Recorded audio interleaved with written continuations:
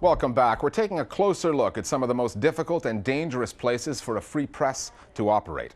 We're turning now to Sri Lanka and the struggle that reporters faced while trying to tell both sides of the story there during the recent conflict and its aftermath. As the Sri Lankan government claimed final victory over the Tamil Tiger rebel movement, a separate battle with the media was also being played out that saw intimidation, censorship, and news blackouts become the norm. The murder of a prominent editor of an opposition newspaper and the expulsion of some international news channels marked what many feared would be the end of press freedom in Sri Lanka, leaving the government to write its own version of history. On May 19th, Sri Lankan state television ran pictures of the dead Tamil Tiger chief, Vellupillai Prabhakaran.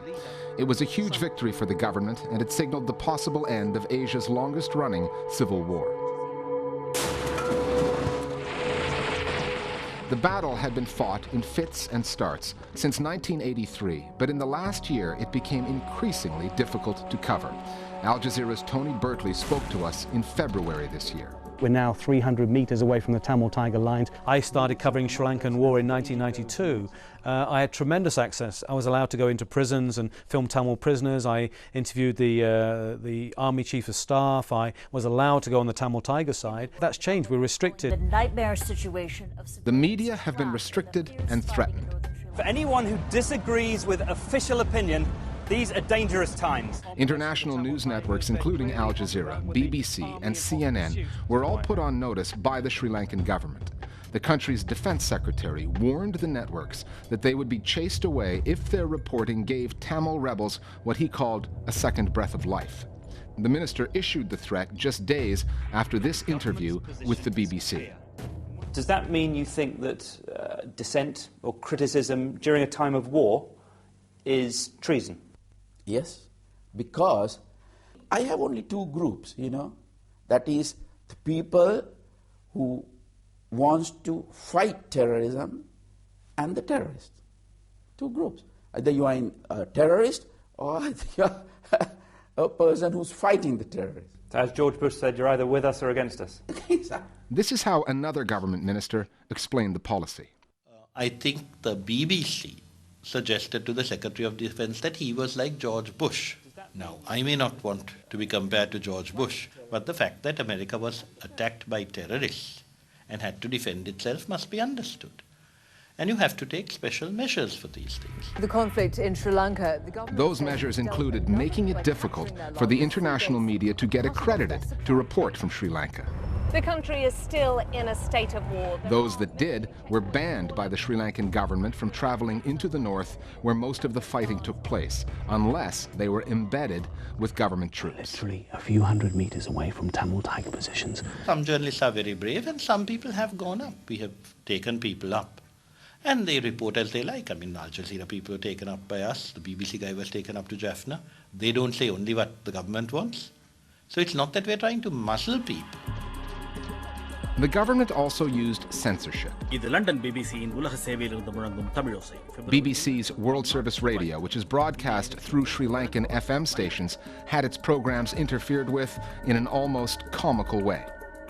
Some parts of the program where we are reporting on the Sri Lankan war, mostly, they normally lower our audio and they would play some music or something else on that. On one occasion, they also played the cricket commentary between Sri Lanka and India.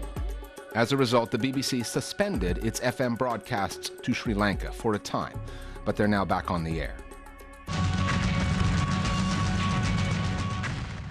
With the fighting over, the coverage has fallen off. But the way the Sri Lankan authorities handled the media during the conflict is reminiscent of the recent Israeli war on Gaza. Governments that say they're out to eradicate enemies they call terrorists lock out the media and control the story. This is what journalists mainly have to rely on for information from the war zone. Official briefings with photographs and facts and figures provided by the military. I think governments around the world are learning that, in order to channel the news that you want, then you must control the media. And that, the evidence would suggest, is how the Sri Lankan government wanted it. We're staying with Sri Lanka now and looking at what the country's own media endured during the conflict. While reporting from the island was a struggle for the international media, Sri Lankan journalists also came under fire from the authorities for speaking out against their government's military action. The Listening Post's Meenakshi Ravi reports on the attacks against independent voices in Sri Lanka and the growing influence of the government on the country's media outlets. 2009 began on a grim note for Sri Lankan media. On the 6th of January, MTV, the English channel owned and operated by the Tamil MBC networks, was attacked. This didn't come as a complete surprise. Throughout 2008, state-controlled TV stations had been criticizing MTV and its coverage, which they labeled anti-government.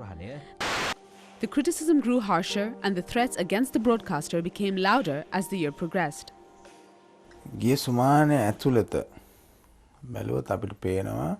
First, a petrol bomb was thrown at the MTV building. 2 days later, a group of armed thugs barged in and destroyed the channel's main control room. It was done very professionally and everything was destroyed within 15 minutes.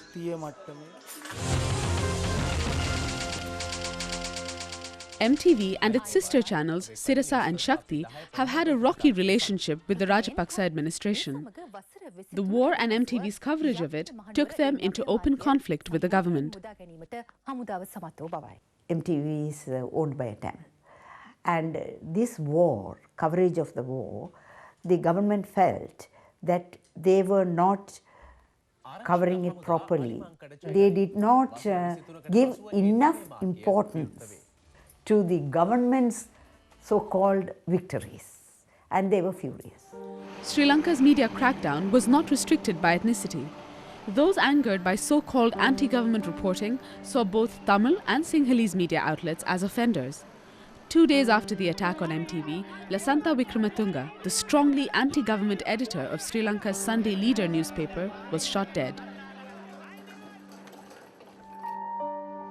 The family pinned the blame for the assassination squarely on the authorities.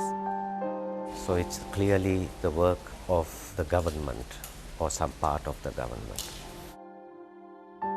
And Wickrematunge was determined to have the last word, even after his death. Aware of the extreme danger he was in, he had written an editorial that was published in the Sunday Leader posthumously. He wrote, "In the course of the past few years, the independent media have increasingly come under attack. Countless journalists have been harassed, threatened, and killed. It has been my honor to belong to all those categories, and now especially the last. When finally I am killed, it will be the government that kills me." And it wasn't just the Sri Lankan media taking heat from the government. Authorities were cracking down on the international press as well. Nick Payton-Walsh was in Sri Lanka, reporting for Britain's Channel 4 News. When we're with the government on one of their organised trips, our words are actually not censored, we're not told what to say, but what we are shown is clearly very well orchestrated. And obviously we have no access to the Tamil Tigers, to the no-fire zone, and rely on information distributed over the internet. On the 5th of May, Channel 4 ran a report in which Payton-Walsh highlighted claims of ill treatment in an army-run internment camp. The UN has asked the camp's authorities to investigate some of these allegations. The report cited incidents of sexual abuse and a dangerous lack of hygiene in the camp. Within 3 days, Payton-Walsh was kicked off the island. A Channel 4 news team was deported from Sri Lanka yesterday, accused of tarnishing the image of government forces. Obviously, it couldn't be much tougher for us. We've been thrown out of the country and we've been blacklisted. We've been told we won't be allowed back in. Of course, it couldn't be much tougher as it currently stands. There's no independent access to the people who are suffering in this conflict. There's no independent access to the army. We can't talk to either of the sides about what they genuinely have seen. And I have to say, I can't see in the future that it's going to get any easier at all. When we asked a minister from the Sri Lankan government about the administration's intolerance of critical reporting, he said the media was at fault for being sensationalist. You guys have got to use your intelligence, but of course, when you have a, let's say, a dramatic news story, there's no time to do this. So I'm afraid I think there's a lack of, let's say, scientific investigation, and that's part of our soundbite culture. Even though the army has demarcated a new safe zone, firing and shelling is continuing. If you scrutinize it, you wouldn't have such sensational stories. So it's in the interests of the media to actually privilege the people who want to be sensational.